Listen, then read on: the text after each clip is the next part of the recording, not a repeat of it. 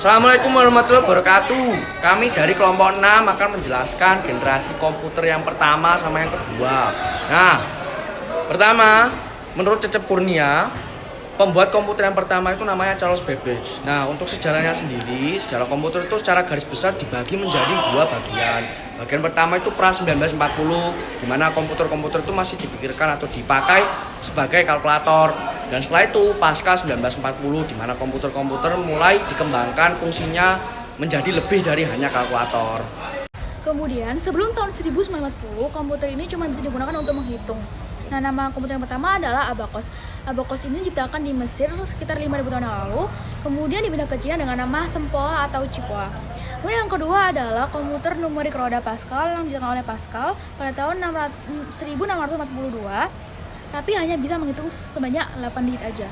Kemudian yang terakhir adalah aritmometer. Aritmometer ini adalah komputer yang dibuat sebagai bisa mencapai segala dasar aritmatika.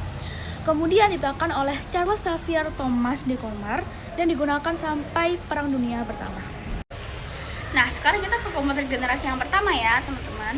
Jadi, komputer generasi pertama ini muncul ketika seorang insinyur Harvard bernama Howard Aiken yang bekerja sama dengan IBM juga memproduksi kalkulator elektronik untuk US Navy.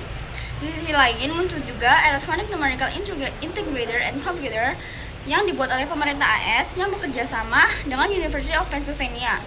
Komputer ini menjadi mesin yang sangat besar dengan 18.000 tabung vakum, 70.000 resistor, dan 5 juta titik solder.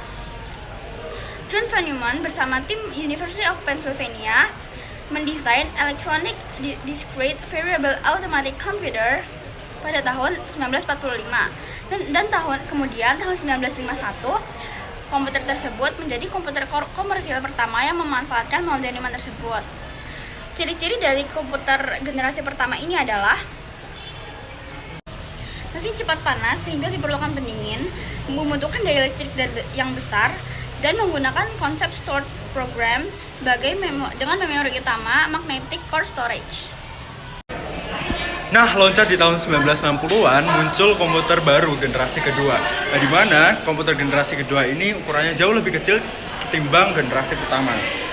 Di komputer generasi kedua ini menggunakan transistor menggantikan vacuum tube yang dimana digunakan di generasi pertama atau generasi sebelumnya.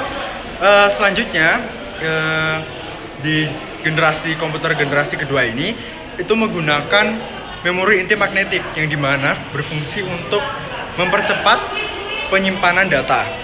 Contohnya dari generasi kedua ini itu yang pertama ada IBM 1401 dan juga IBM 7090. Nah, ciri-ciri dari komputer generasi kedua ini itu yang pertama adalah sirkuitnya itu menggunakan transistor. Yang pertama sirkuitnya itu menggunakan transistor.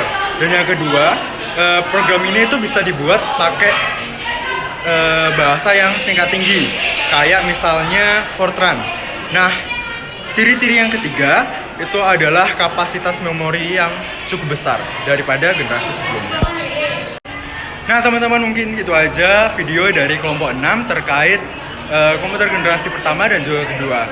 Sekian, terima kasih. Dadah!